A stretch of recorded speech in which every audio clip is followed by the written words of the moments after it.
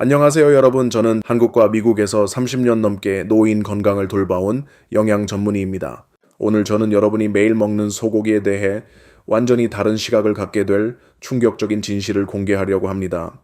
여러분은 알고 계신가요? 지금 이 순간에도 많은 한국 가정의 냉장고 속에는 영양식으로 여겨지지만 사실은 여러분의 건강을 파괴할 시한폭탄과도 같은 소고기 부위들이 들어 있습니다. 어떤 부위는 안전 기준치의 30배가 넘는 콜레스테롤을 함유해 혈관을 막히게 하고, 또 어떤 부위는 치명적인 중금속과 독성 항생제 잔류물이 축적되어 있습니다. 특히 가장 위험한 것은 정부에서 이미 절대 금지한 부위들이 교묘하게 위장되어 매일 우리의 식탁에 오르고 있다는 사실입니다. 오늘 영상에서 저는 소의 몸에서 반드시 피해야 할 6가지 죽음의 구역을 하나씩 밝혀드리겠습니다. 시장이나 마트에서 어떤 것이 안전하고 어떤 것이 위험한지 구분하는 방법을 알려드리고, 나아가 그 부위를 대체할 수 있는 훌륭한 대안식품들, 즉 슈퍼푸드를 공개하겠습니다. 그것들은 안전하고 영양가 높으며 심지어 훨씬 더 효과적입니다. 마지막으로 한국인의 입맛에 맞고 집에서도 간단히 만들 수 있는 7일 완성 식단을 선물로 드릴 예정입니다. 이 식단은 여러분이 맛있게 먹으면서도 100세까지 건강하게 살도록 도와줄 것입니다. 여러분 꼭 끝까지 시청해 주시길 부탁드립니다. 이 영상 속의 모든 정보는 여러분과 사랑하는 가족의 생명과 직결되어 있습니다. 시작하기 전에 아직 구독하지 않으셨다면 지금 바로 구독 버튼을 눌러주시고 알림을 켜주세요. 그래야 앞으로의 중요한 건강 영상을 놓치지 않으실 겁니다. 오늘 영상이 유익하셨다면 댓글에 숫자 8을 남겨주세요. 여러분께 도움이 되었다는 신호로 제가 알 수 있습니다. 만약 개선이 필요하다고 느끼신다면 숫자 0과 함께 의견을 남겨주세요. 그리고 이 영상을 사랑하는 가족과 친구에게 꼭 공유해주세요. 여러분은 모르는 사이에 그들의 생명을 구하고 있을지도 모릅니다. 이제 첫 번째로 매우 위험한 부위부터 시작해 보겠습니다. 여러분은 알고 계신가요? 지금도 서울, 부산, 대구의 일부 식당과 재래시장에서는 정부가 이미 수년 전부터 금지한 한 가지 부위를 몰래 판매하고 있습니다. 그것은 바로 소의 뇌입니다. 그들은 노인들의 기억력 향상과 치매 예방에 좋다는 노예 보약이라며 광고하지만 그 달콤한 말 뒤에는 생명을 위협하는 치명적인 위험이 숨어 있습니다. 저는 아직도 강남에 사는 67세의 박민정 씨 이야기를 잊지 못합니다. 그녀는 친구의 권유로 손해주기 기억력에 좋다고 믿었고 매주 2번씩 석 달간 꾸준히 먹었습니다. 하지만 어느 날부터 손이 떨리고 길을 가다 방향을 잃고 손주들의 이름조차 기억하지 못하게 되었습니다. 삼성서울병원에 내원한 결과 의사들은 충격적인 사실을 밝혀냈습니다.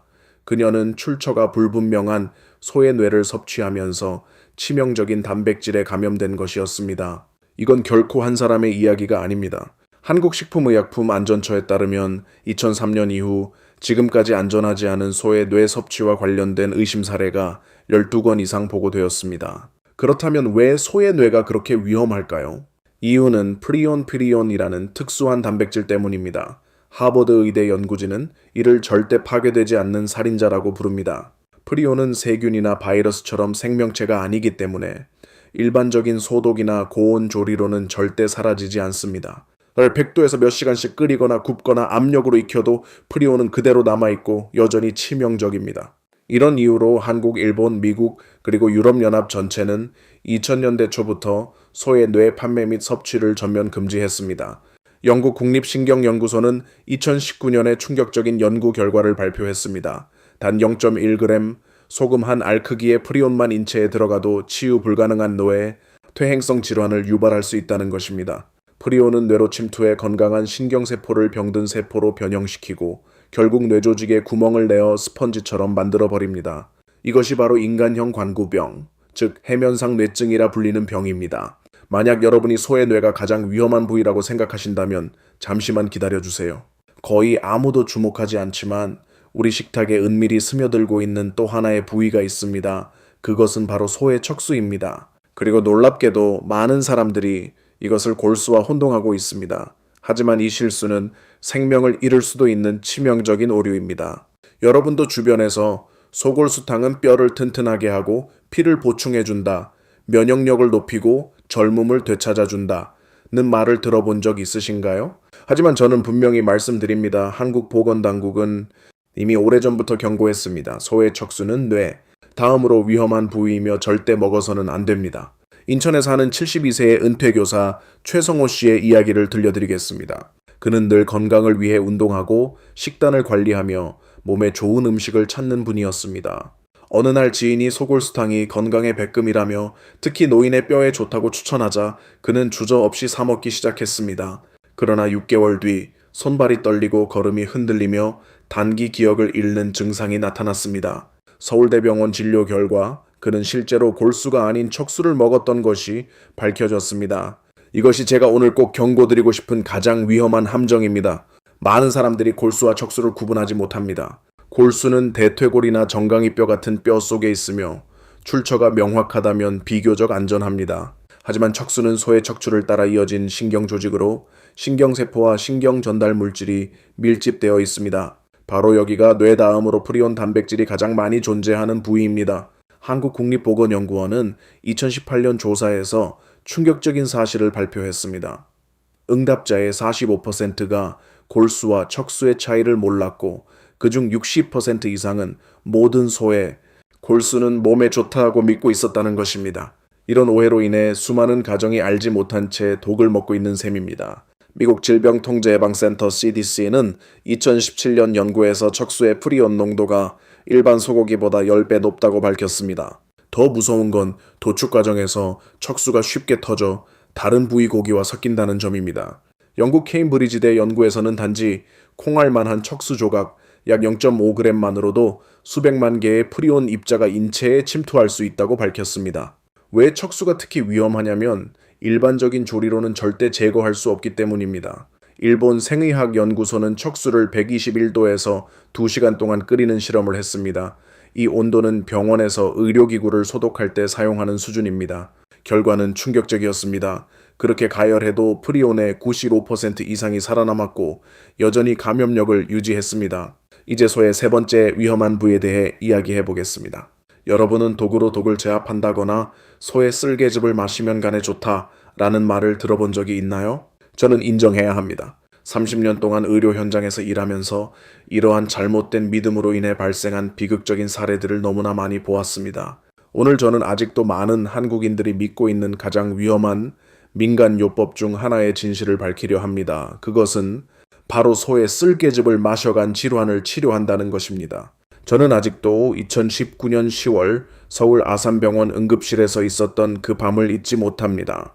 대전에서 온 68세 남성 김재원 씨가 혼수 상태로 이송되었습니다. 그는 온몸이 심하게 황달에 물들어 있었고 피를 토하며 통제할 수 없는 경련을 일으키고 있었습니다. 가족의 말에 따르면 그는 지인이 만성 간질환을 낫게 하는 귀한 영약이라고 보장한 소의 생쓸개즙 한 봉지를 마셨다고 합니다. 하지만 쓸개즙을 마신 지 3시간 만에 급성 중독 증상이 나타났고 의사들이 최선을 다했음에도 불구하고 그는 이틀 만에 급성 간부전과 다발성 장기부전으로 사망했습니다. 이는 유일한 사례가 아니라 매년 한국의 대형 병원들이 수십 건씩 겪는 비슷한 사례 중 하나였습니다. 그렇다면 왜 소의 쓸개즙이 그렇게 위험할까요? 이를 이해하려면 쓸개즙이 무엇인지 알아야 합니다. 소의 쓸개에는 간에서 만들어져 지방을 분해하는 데 쓰이는 진한 검푸른색의 액체, 즉 담즙이 들어 있습니다. 미국 존스 홉킨스 의과대학 생화학 연구소의 분석에 따르면 담즙에는 담즙산, 담즙염, 빌리루빈 색소 등 강한 부식성을 가진 물질이 매우 높은 농도로 함유되어 있습니다. 이러한 물질들은 장 속에서는 안전하지만 위나 식도, 점막에 직접 닿으면 매우 위험한 독성 물질로 변합니다. 2020년 아시아 임상의학 저널에 발표된 연구는 소의 쓸개즙의 화학 성분을 분석해 충격적인 수치를 제시했습니다. 한 큰술, 약 15ml의 소 쓸개즙에는 800mg 이상의 담즙산이 들어있으며 그 산도 pH는 2.5에서 3.0으로 위액과 거의 동일했습니다. 이 액체를 마시면 산이 식도와 위점막을 직접 부식시켜 급성염증, 위천공을 일으키고 몇 시간 만에 심각한 위장 출혈로 이어질 수 있습니다. 그러나 더 무서운 것은 쓸개즙이 간에 미치는 영향입니다. 바로 사람들이 보신을 기대했던 그 기관 말입니다. 한국식품의약품안전처는 2018년 연구에서 동물의 담즙에는 혈액정화 과정에서 남은 독소가 다량으로 축적되어 있다는 사실을 밝혔습니다. 여기에는 잔류 항생제, 납과 수은 같은 중금속, 그리고 간이 혈액에서 걸러냈지만 배출되지 못한 각종 독성 화합물이 포함되어 있습니다. 즉 쓸개즙을 마신다는 것은 이 모든 독소 저장소를 몸속에 직접 들이붓는 것과 같습니다. 싱가포르 국립간연구소는 동물의 쓸개즙을 습관적으로 섭취한 200명의 환자를 장기 추적 조사했습니다. 그 결과 92%가 6개월 내 심각한 간 손상을 겪었고 75%는 만성 위염을 앓았으며 놀랍게도 15%는 3년 내 간암이 발생했습니다. 소의 네 번째 위험 부위가 등장했습니다. 여러분은 혹시 한국의 전통 음식들 중에서 소의 간, 혀, 위는 자주 보이지만 소의 폐 요리를 거의 본 적이 없다는 사실을 눈치채셨나요? 이는 단순한 우연이 아니라 세대를 거쳐 전해 내려온 현명한 선택입니다. 오늘 저는 그 이유를 과학적으로 밝히려 합니다. 아마 폐에 좋은 보양식이라며 누군가 권한 음식을 생각하고 계시다면 놀라실 수도 있습니다. 제가 서울 세브란스 병원에서 상담했던 한 사례를 소개하겠습니다. 마포구에 사는 61세 여성 이은희 씨는 몇 달 동안 반복적인 폐렴에 시달렸습니다. 여러 항생제를 써도 호전되지 않아 정밀 검사를 진행한 결과 원인은 그녀가 전통시장에서 구입한 소의 폐를 끓여 먹은 것이었습니다. 그녀는 폐를 먹으면 폐가 튼튼해진다는 믿음으로 이 음식을 섭취했지만 오히려 그 음식으로 인해 특별히 위험한 항생제 내성균에 감염되었습니다. 그녀는 최강의 항생제를 사용한 6개월간의 치료 끝에 완치될 수 있었습니다. 소의 폐가 왜 그렇게 위험한지 이해하려면 소가 살아있을 때 그 기능을 알아야 합니다. 폐는 호흡의 핵심 기관으로 외부 공기와 혈액 사이의 가스 교환을 담당합니다. 성체소는 하루 약 2만 리터의 공기를 들이마십니다. 미국 국립수의학연구소가 2021년에 발표한 연구에 따르면 이 막대한 공기 속에는 수십억 개의 먼지 입자, 박테리아, 바이러스, 곰팡이, 포자, 꽃가루, 그리고 다양한 병원체가 포함되어 있습니다. 소의 폐는 이 모든 유해 물질을 걸러내는 1차 필터 역할을 합니다. 유럽 질병통제센터는 독일과 네덜란드의 위생 기준을 충족한 농장에서 사육된 건강한 소 300마리의 폐를 분석했습니다. 그 결과는 충격적이었습니다. 모든 표본에서 최소 5종류의 병원성 세균이 검출되었으며 결핵균, 내성 황색 포도 상구균, 그리고 여러 호흡기 감염균이 포함되어 있었습니다. 특히 73%의 표본에서는 3가지 이상의 항생제에 내성을 가진 균주가 발견되었습니다. 하지만 문제는 세균에만 있지 않습니다. 일본 환경연구소는 2019년 연구에서 소의 폐가 일반 소고기보다 중금속 농도가 10배 이상 높다는 사실을 밝혔습니다. 이 독성 물질에는 산업 배기가스로부터의 납, 대기 오염으로부터의 수은, 그리고 화학 비료에서 비롯된 카드뮴이 포함되어 있습니다. 소가 숨을 쉴 때 이러한 중금속이 폐 표면에 달라붙어 시간이 지나며 축적됩니다. 연구에 따르면 100개의 소 폐에는 서울의 심각한 대기 오염을 일주일간 흡입한 것과 동일한 양의 납이 포함될 수 있습니다. 소의 폐를 특히 위험하게 만드는 것은 바로 그 구조입니다. 폐는 수백만 개의 미세한 공기주머니가 수많은 기도와 연결된 복잡한 망상 구조를 이루고 있습니다. 5번째 부위로 들어가 보겠습니다. 아마도 위생면에서 가장 논란이 많고 위험한 부위, 바로 곱창입니다. 여러분, 이 장면이 익숙하지 않으신가요? 주말 저녁 홍대나 강남의 거리에서 친구들이 둘러앉아 향긋한 곱창을 구워 먹으며 소주잔을 부딪히고 웃고 떠드는 모습 말입니다. 이것은 우리 한국인에게 빠질 수 없는 식문화의 한 부분이죠. 하지만 그 맛과 즐거움 뒤에는 대부분의 사람들이 전혀 인식하지 못하는 위험이 숨어 있습니다.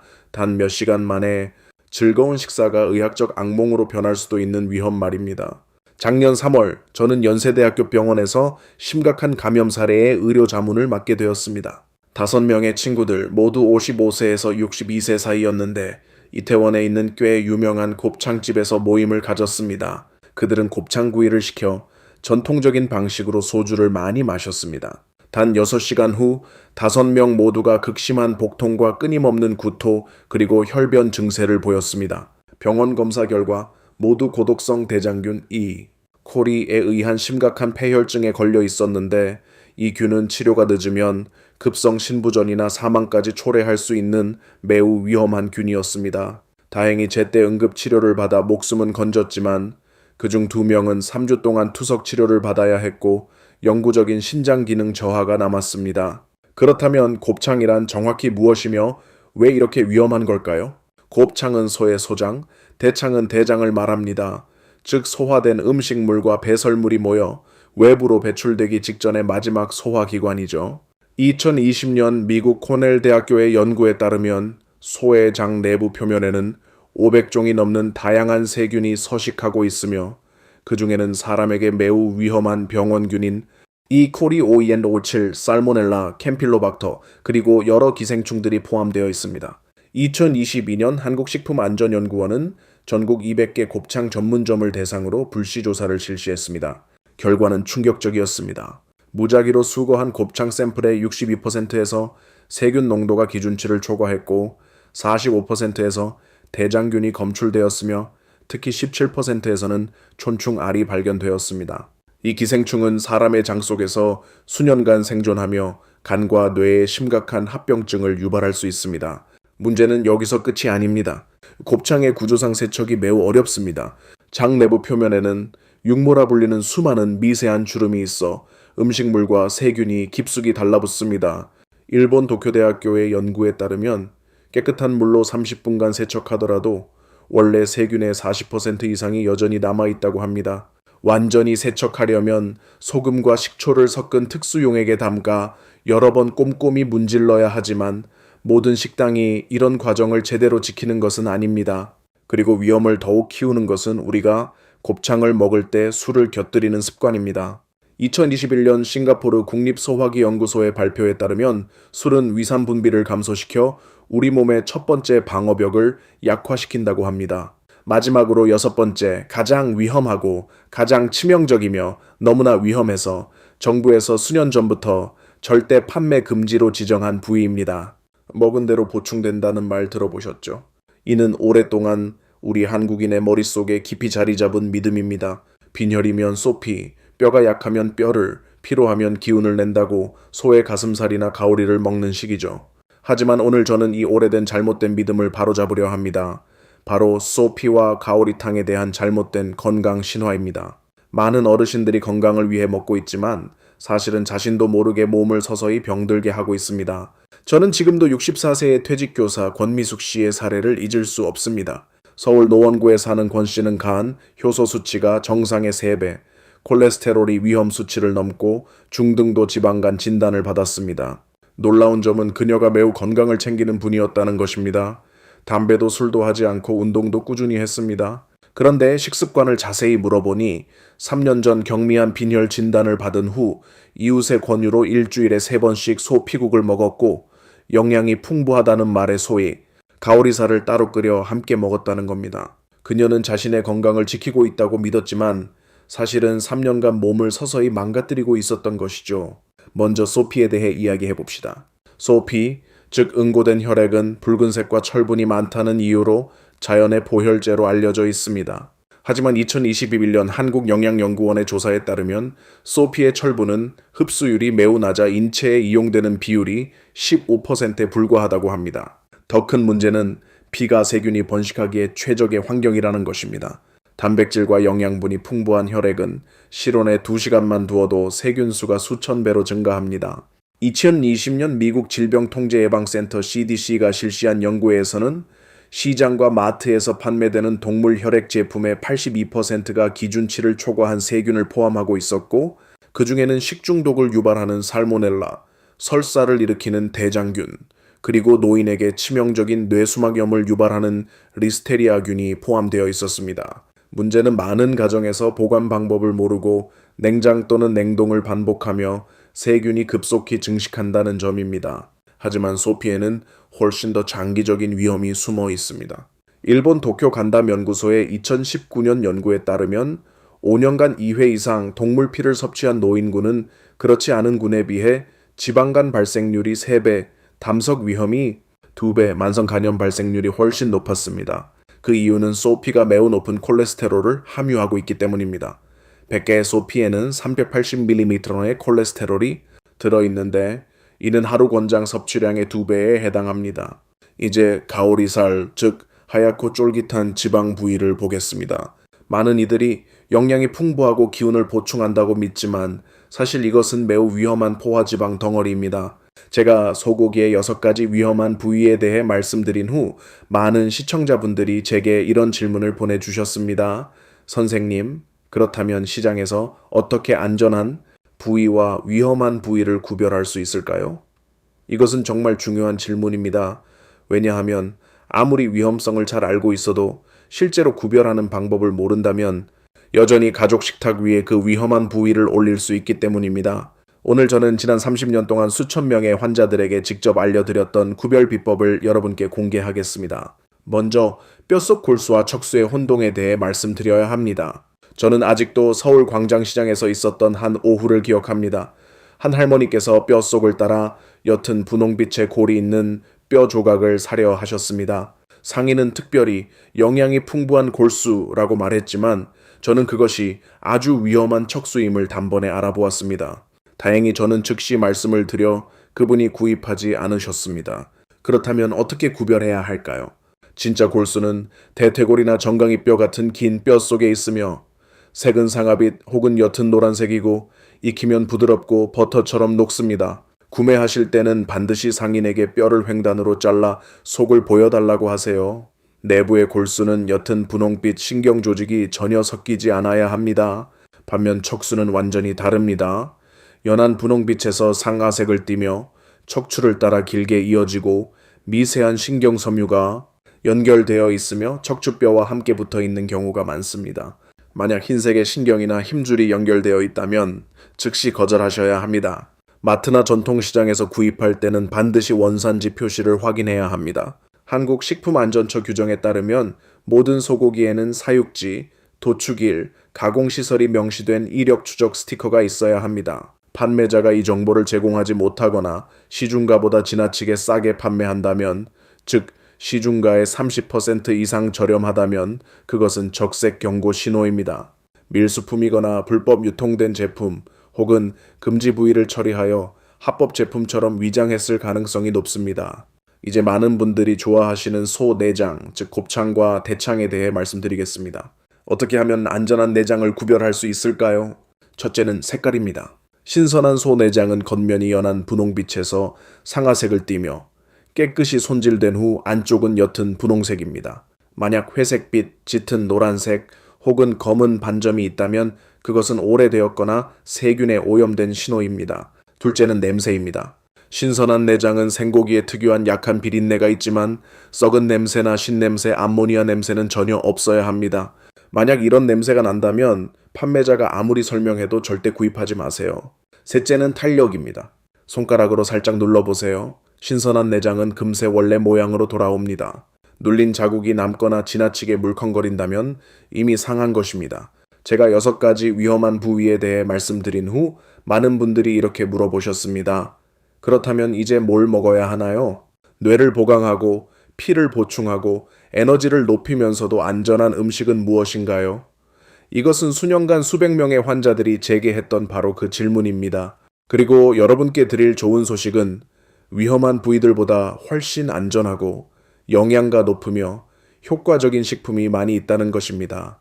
오늘 저는 제가 실제로 환자들에게 권하고 놀라운 결과를 확인한 슈퍼푸드 목록을 공개하겠습니다. 먼저 가장 중요한 질문부터 시작하겠습니다. 소의 뇌를 먹지 않는다면 무엇이 뇌 건강을 지켜줄까요? 답은 도축장이 아니라 바다에 있습니다. 바로 우리 한국인에게 익숙한 연어와 고등어입니다. 이 2가지 생선은 뇌를 위한 최고의 자연약입니다. 제 환자 중 69세의 박동민 씨는 기억력이 자꾸 떨어진다고 걱정하셨습니다. 저는 그에게 일주일에 3번 구운 연어를 식단에 추가하도록 권했습니다. 6개월 후 기억력과 집중력이 눈에 띄게 좋아졌습니다. 하버드 신경연구소는 2022년 연구에서 오메가3 지방이 풍부한 생선을 주 2회 이상 섭취한 사람은 치매 발병 위험이 65% 낮다고 발표했습니다. 연어와 고등어의 오메가3 지방은 뇌세포를 영양 공급할 뿐만 아니라 신경세포 간의 연결을 강화하여 기억력과 정보 처리 속도를 향상시킵니다. 하지만 생선만이 유일한 선택지는 아닙니다. 호두는 사람의 뇌와 닮은 모양을 가진 신기한 견과류로 자연이 준 최고의 두뇌 영양식입니다. 캘리포니아 대학의 5년 연구에 따르면 매일 30g, 즉 7, 8개의 호두를 섭취한 노년층은 그렇지 않은 그룹보다 인지 기능이 28% 높았습니다. 호두에는 오메가3뿐 아니라 강력한 항산화 물질이 있어 노화로 인한 뇌 손상을 막아줍니다. 간식으로 먹거나 샐러드에 뿌리거나 아침죽에 넣어 드셔도 좋습니다. 이제 피를 보충하는 방법으로 넘어가겠습니다. 많은 분들이 소의 피, 즉 선지를 먹으면 빈혈이 좋아진다고 믿지만 사실 더 안전하고 효과적인 철분 공급원이 있습니다. 바로 살코기입니다. 특히 안심 부위가 좋습니다. 강남의 제 환자 김선자 씨 63세는 만성 빈혈로 혈색소 수치가 9.8이었습니다.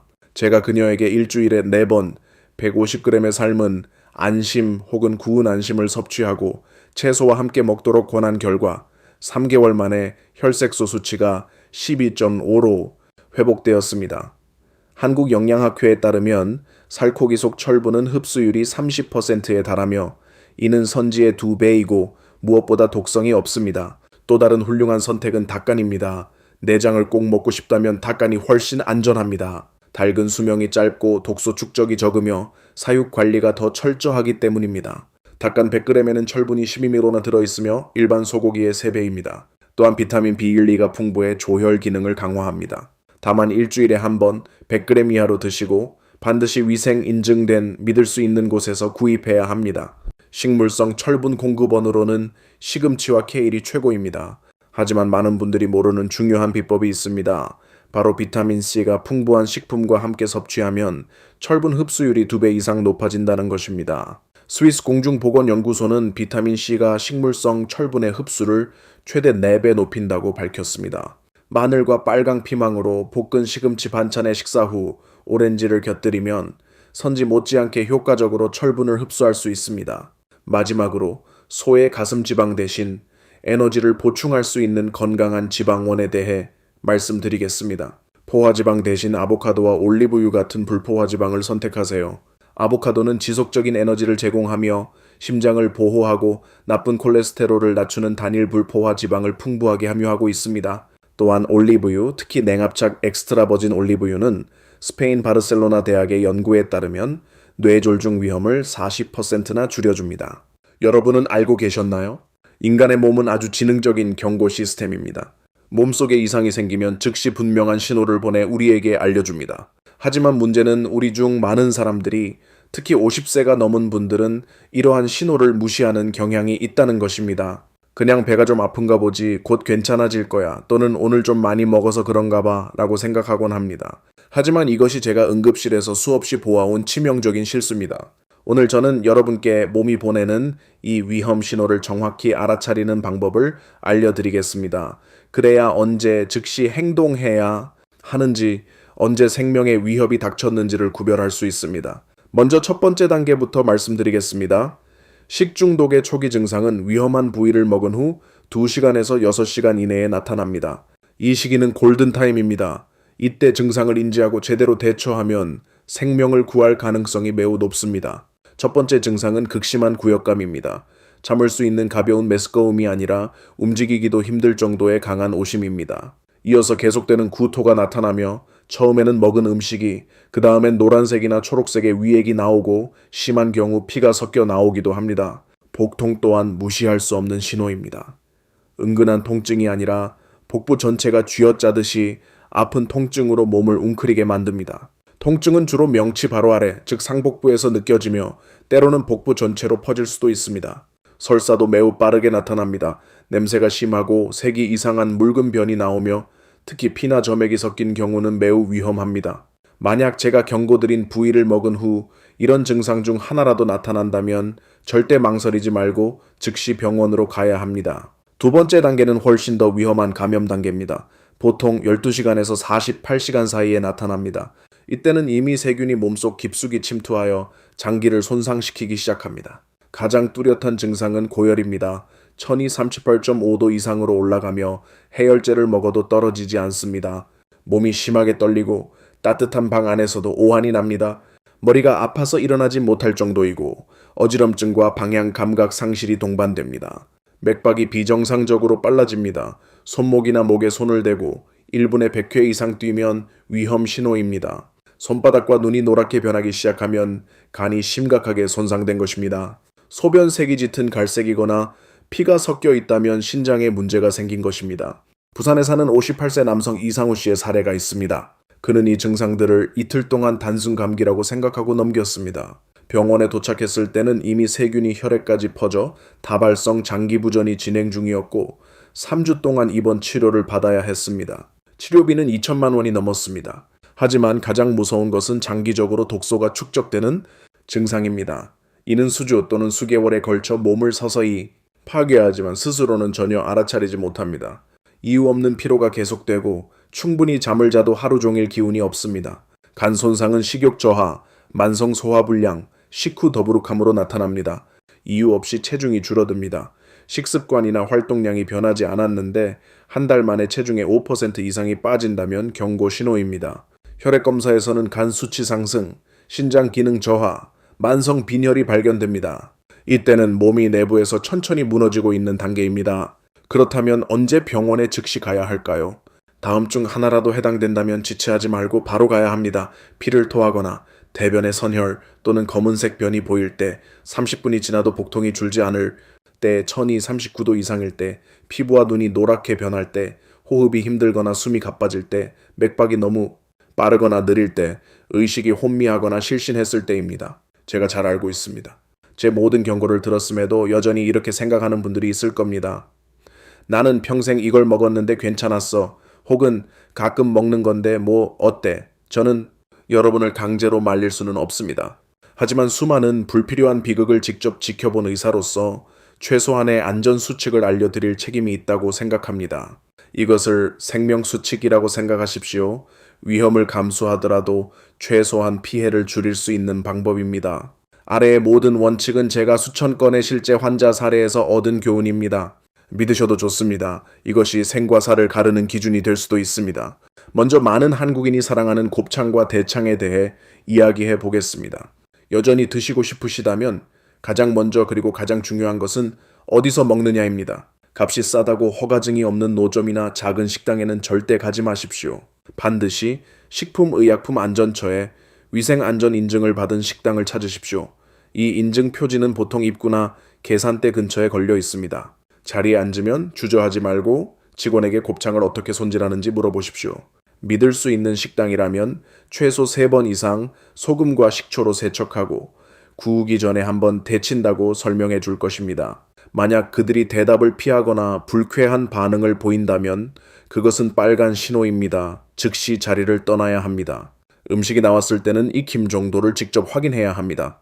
이것은 많은 사람이 간과하지만 매우 중요한 부분입니다. 한국식품연구원의 연구에 따르면 곱창 속의 병원균을 완전히 제거하려면 내부 온도가 최소 75도 이상이 되어야 하고 이 온도를 3분 이상 유지해야 합니다. 즉 속이 분홍색이거나 육즙이 흐르는 곱창은 절대 먹어서는 안 됩니다. 완전히 익어야 합니다. 전체가 갈색으로 변하고 자를 때 맑은 액체가 나오지 않아야 합니다. 저는 곱창을 센 불에 급히 굽기보다는 중간 불에서 천천히 각면을 최소 5분씩 구우라고 권합니다. 그래야 속까지 고르게 익습니다. 섭취 빈도 또한 매우 중요합니다. 대한영양학회는 50세 이상인 분들이 여전히 곱창을 먹고 싶다면 한 달에 한 번 이하 1회 섭취량은 150g 이하, 즉 작은 접시 한 개 분량만 허용된다고 권고합니다. 그리고 꼭 강조드리고 싶은 것이 있습니다. 곱창을 먹을 때 소주, 맥주, 어떤 종류의 술도 절대 마시지 마십시오. 저도 우리의 식문화가 이런 조합에 익숙하다는 걸 잘 압니다. 하지만 이 조합은 매우 위험합니다. 술은 위산 분비를 약 60%까지 억제해 세균에 대한 방어력을 떨어뜨리고 소화를 지연시켜 곱창이 윗속에 더 오래 머무르게 만들어 세균이 증식하기 쉬운 환경을 만듭니다. 소의 선지, 즉 피를 먹는 경우에는 규칙이 훨씬 더 엄격해야 합니다. 냉장 시스템이 제대로 갖춰지지 않은 전통시장에서는 절대 선지를 사지 마십시오. 반드시 롯데마트, 홈플러스, 이마트 같은 대형마트에서 구매해야 합니다. 이곳들은 창고에서 진열 때까지 냉장 온도를 철저히 관리합니다. 구매할 때는 포장지의 제조일자와 유통기한을 꼼꼼히 확인하십시오. 제조일이 24시간 이내인 제품이 가장 좋습니다. 신선한 선지는 색이 균일하고 너무 밝거나 너무 어둡지 않은 진한 붉은색을 띠며 끈적임이나 비린내가 없어야 합니다. 선지를 집에 가져오면 시간이 생명입니다. 구입 후 2시간 이내에 반드시 조리해야 합니다. 냉장고에 하룻밤 보관했다가 다음날 요리하는 것은 절대 금물입니다. 선지 속의 세균은 냉장 온도에서도 빠르게 증식합니다. 조리할 때는 반드시 100도에서 10분 이상 끓이십시오. 물이 살짝 끓는 수준이 아니라 강하게 계속 끓어야 합니다. 속이 덜 익었거나 물기가 남아있거나 지나치게 부드러운 상태로는 절대 먹어서는 안 됩니다. 하지만 제가 가장 강조하고 싶은 것은 이것입니다. 만약 여러분이 만성 간질환, 간염, 신부전, 당뇨, 고혈압 또는 암 치료 중이라면 제발 선지는 완전히 피하십시오. 제가 위험한 부위들에 대해 경고드린 후 많은 분들이 이렇게 물어보십니다.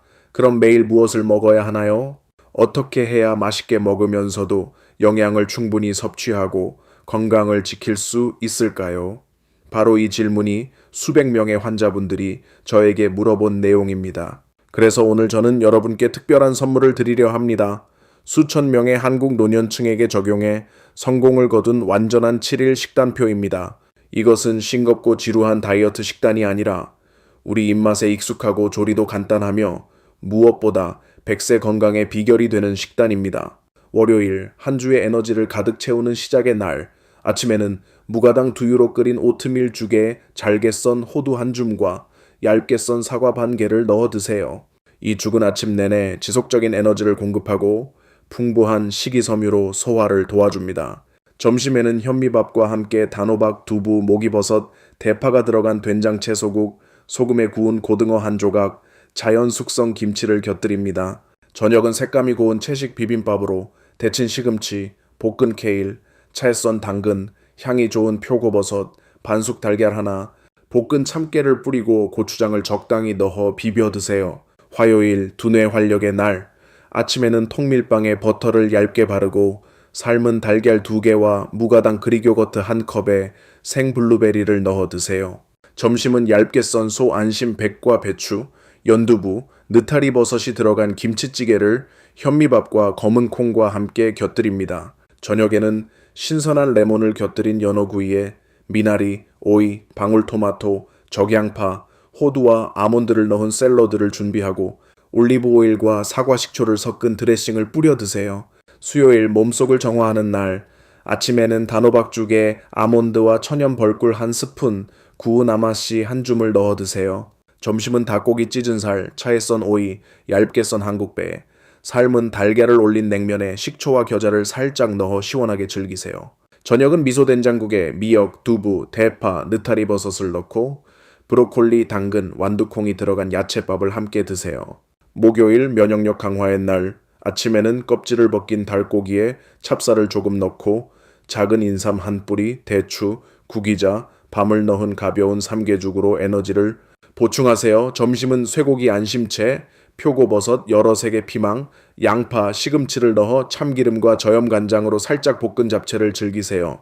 저녁은 새우, 두부, 다진 마늘이 들어간 미역국과 현미밥으로 가볍게 마무리하세요. 금요일 주말을 준비하는 날, 아침에는 집에서 만든 영양 김밥으로 현미밥에 달걀지단, 데친 오이와 당근, 시금치, 게맛살을 넣고 참깨를 뿌려 드세요. 점심은 가족과 함께 즐기는 보양 삼계탕, 백김치와 상추쌈을 곁들여 드세요. 저녁에는 저염간장, 꿀, 마늘, 생강, 참기름으로 양념한 소고기, 불고기를 구워 상추, 깨십, 쑥잎, 청양고추, 생마늘과 함께 직접 만든 쌈장을 곁들여 드세요. 토요일 휴식의 날, 아침에는 참기름 향이 고소한 전복죽으로 하루를 시작하세요. 점심에는 맑은 우동 국물에 느타리 버섯, 배추, 튀긴 두부, 대파를 넣고 가벼운 채소 튀김을 곁들입니다. 저녁에는 가족이 함께 즐기는 샤브샤브로 색색의 채소와 다양한 버섯, 두부, 얇게 썬 소고기, 당면을 넣고 폰즈 간장 소스에 찍어 드세요. 일요일 휴식과 회복의 날, 아침에는 홍삼, 연고치, 팥, 생삼을 넣은 달콤한 인삼죽으로 시작하세요. 점심에는 맑은 소고기, 육수에 얇게 썬 떡, 달걀지단, 김, 파를 넣은 떡국을 즐기세요. 저녁에는 두부, 버섯, 채소, 신김치, 약간의 고기, 그리고 적당량의 고춧가루로 맛을 낸 채소 된장찌개로 하루를 마무리하세요. 사랑하는 여러분, 오늘 우리는 매우 중요한 여정을 함께 했습니다. 소고기의 6가지 위험한 부위에 대한 경고부터 안전하고 영양 가득한 대체 식단까지 이 영상의 모든 순간이 여러분과 가족의 삶에 실제적인 가치를 더해드렸길 바랍니다. 식습관을 바꾸는 일은 결코 쉽지 않습니다. 특히 오랜 세월 익숙해진 음식일수록 더욱 그렇습니다. 하지만 꼭 기억하세요. 건강은 우리가 자신과 사랑하는 이들에게 줄 수 있는 가장 소중한 선물입니다. 건강한 몸과 맑은 정신, 그리고 자녀와 손주들이 성장하는 모습을 오래 지켜볼 수 있는 삶보다 더 귀한 것은 없습니다. 오늘 영상이 여러분께 도움이 되었다면 좋아요와 구독, 알림 설정을 눌러주시고 앞으로 더 많은 건강 정보를 놓치지 마세요. 영상이 유익했다면 댓글에 숫자 8을, 개선이 필요하다고 느끼셨다면 숫자 0을 남겨주세요. 여러분의 의견이 제가 건강 지식을 나누는 사명을 이어가는 가장 큰 힘이 됩니다. 그리고 무엇보다 이 영상을 부모님, 조부모님, 형제자매, 친구분들께 꼭 공유해 주세요. 때로는 단 한 편의 영상이 한 가족의 생명을 구할 수도 있습니다. 저는 Dr. 딜런입니다. 여러분께 건강과 행복, 평안을 가득 담은 하루를 기원합니다. 꼭 기억하세요. 예방이 치료보다 낫습니다. 그리고 오늘의 올바른 선택이 내일의 건강한 선물이 될 것입니다. 다음 영상에서 다시 뵙겠습니다. 안녕히 계시고 건강을 지키세요.